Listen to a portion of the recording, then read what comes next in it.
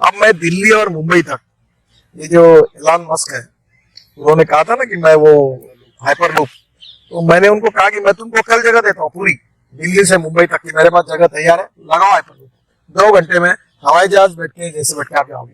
देखो आपको मतलब इतना रिवोल्यूशन हुआ कि मुंबई से पुणे, मैं 95 96 में मैंने एक्सप्रेस हाईवे बना, 8 फ्लाइट चलती थी उस समय मुंबई और पुणे के बीच में, पूरी बंद हो गई। परसों अजय सिंह आए थे स्पाइस जेट वाले, मैंने उनको कहा 2 साल रुको, मैं देहरादून और चंडीगढ़ की तुम्हारी सब फ्लाइट बंद करवा दूंगा।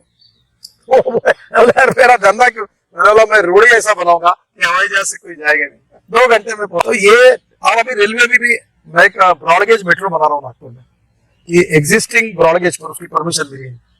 तो ये जो मेट्रो 350 करोड़ पर किलोमीटर बन रही, हमारी मेट्रो 5 करोड़ रुपए पर किलोमीटर, बहुत सुंदर है। कभी उस पर आप एक बार ब्रॉडगेज मेट्रो पर कार्यक्रम करिए।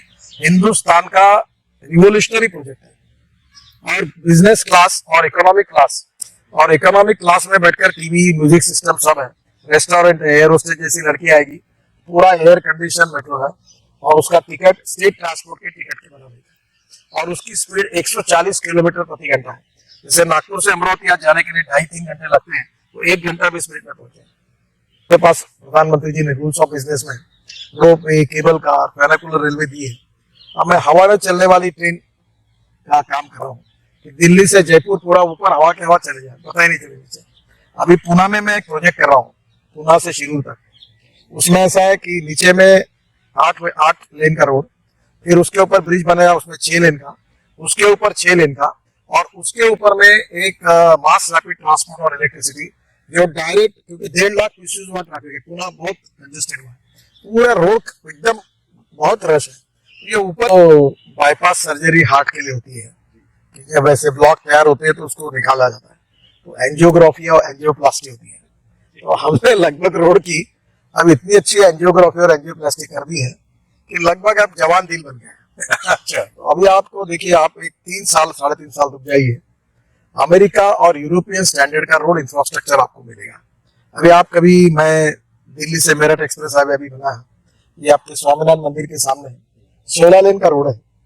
आपके मीडिया वाले लोग मुझे पार्लियामेंट बताते कि उनके घर से यहाँ आने के लिए 1.25 घंटा 1.5 घंटा लगता था पार्लियामेंट में, अब वो 15 मिनट में आ रहे हैं, और ये रोड मेरठ तक जा रहा है। तो 4.5 घंटे दिल्ली मेरठ था, अभी मैं जून में उद्घाटन करने वाला हूँ, ये पीरियड अभी आ गया 45 मिनट।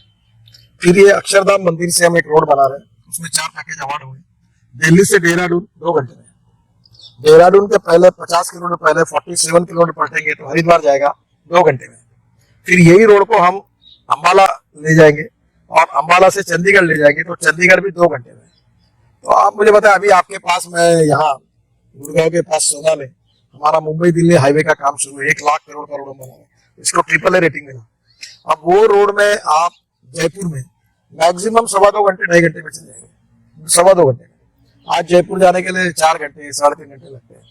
तो मेरा सुझाव यही है कि आप बिल्कुल सही बात कही, अमेरिकन प्रेसिडेंट जॉन केनेडी, इनका वाक्य मैंने अपने ऑफिस में लिख के रखा है।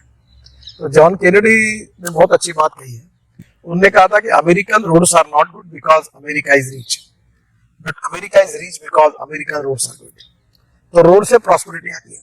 अभी मैं आपको एक मजाक बता दूं, मैं उस दिन हवाई जहाज से मुंबई से दिल्ली जा रहा था, तो एक व्यक्ति बिजनेस क्लास में बैठा हुआ मेरे पास आकर मेरे पैर छुए, बोला ये मत करिए, ऐसा क्यों कर रहे हैं। तो पहले कोविड का भी टाइम था, तो उसने कहा साहब आपने मेरी जिंदगी बना दी। बोला क्या हुआ, तो हम लोग ये द्वारका एक्सप्रेस हाईवे बना रहे गुड़गांव का, देख के आया मैं अभी, ये इंजीनियरिंग मार्वल है, और ये हाईवे 4 लेन में, नीचे में टनल है, एक वो सब फ्लाईओवर बन रहे हैं। तो उसने कहा कि दोनों बाजू में, उस रोड के बाजू में मेरी जमीन थी, जो 50 करोड़ नहीं आ रहे थे मुझे, अब 500 करोड़ आ गए। केवल नया सिंगापुर बन रहा है वहां, और प्रॉपर्टी के भाव बढ़ गए रोड बनने के कारण। पूरा गुड़गांव, पूरा द्वारका आएंगे, और ये जो दिल्ली जयपुर वाला रोड है NH8, उसका 50% ट्रैफिक कम हो जाएगा। और आप अगर जयपुर से आ रहे तो वहीं से डायरेक्ट एयरपोर्ट में हम एक 1.5 किलोमीटर की टनल बना रहे हैं, आप T3 पे जाओगे, और दूसरी टनल जो है 5 किलोमीटर की बनती टनल वसंत विहार जाओगे। तो ये रोड का रोड का ट्रैफिक कम से कम 2 लाख पीसेज के ऊपर है, तो शायद 3 लाख। मेरे सामने सबसे इंपॉर्टेंट बात जिस पर मैं काम कर रहा हूँ वो ये है, 2 थ्योरी पर मैं काम करता हूँ। एक है वेस्ट टू वेल्थ, तो मेरा एक कहना ऐसा कि no one is waste, it is depending upon the leadership, it is depending upon the technology that you can convert waste into wealth. तो पहली बात इसमें काफी काम हुआ है। आज ही मैंने स्क्रैपिंग पॉलिसी जारी की कि जो गाड़ियां 15 साल 20 साल पुरानी हुई है उसको हम स्क्रैपिंग करेंगे और उसके एल्यूमिनियम, कॉपर, रबर, प्लास्टिक और स्टील निकलेगा और रिसाइकलिंग होगा और हमें ऑटोमोबाइल कंपोनेंट उससे 40% सस्ते हो जाएंगे। और अभी हमारा 7.5 लाख करोड़ का टर्नओवर है और इस समय में मैं आने वाली 5 साल में इसको 10 लाख करोड़ के ऊपर ले जाना चाहता हूँ। तो ये सबसे ज्यादा देश में रोजगार देने वाली इंडस्ट्री है और इसी में अभी हम इलेक्ट्रिक यानी लिथियम आयन बैटरी जो है, फिर ethanol, methanol, biodiesel, bio CNG, electric and hydrogen fuel cell पे काम कर रहे हैं। अभी हाइड्रोजन फ्यूल सेल की बस चालू हो जाएगी। तो लिथियम आयन में 81% बैटरी हमारे देश में बनती है और मेरा प्रयास है 2 साल के अंदर लिथियम आयन की बैटरी देश में तो बनेगी पूरी 100%। और 2 व्हीलर पेट्रोलियम, जो पेट्रोल का जो स्कूटर और 2 व्हीलर है, और जो 4 व्हीलर पेट्रोल का है, डीजल का है, और जो इलेक्ट्रिक बस है डीजल की, ये तीनों भी आज पेट्रोल और डीजल के, जैसे 2 व्हीलर, 4 व्हीलर और इलेक्ट्रिक बस, ये बस भी पेट्रोलियम और डीजल के बराबरी भाव में मिलेगी। और ये होगा तो देश में रिवोल्यूशन होगा, इंपोर्ट बचेगा, पोल्यूशन कम हो जाएगा, रोजगार निर्माण होगा और हिंदुस्तान वर्ल्ड का नंबर 1 का मैन्युफैक्चरिंग हब बनेगा। ये मेरा सबसे बड़ा जो काम है, इसके पीछे में लगा हूं। आपको पता नहीं, अभी लोगों को एक्सपोजर नहीं मिलता। DRDO, बाद में हमारी साइंस एंड टेक्नोलॉजी की डिपार्टमेंट और प्रधानमंत्री जी के साइंटिफिक एडवाइजर इसरो, सबको मैंने घर पर बुलाया था और ये फ्यूचर टेक्नोलॉजी के बारे में काफी दूर है, नीति आयोग, और इसमें यह तय हुआ कि हमारे देश में लिथियम आयन की बैटरी कैसे बनाए।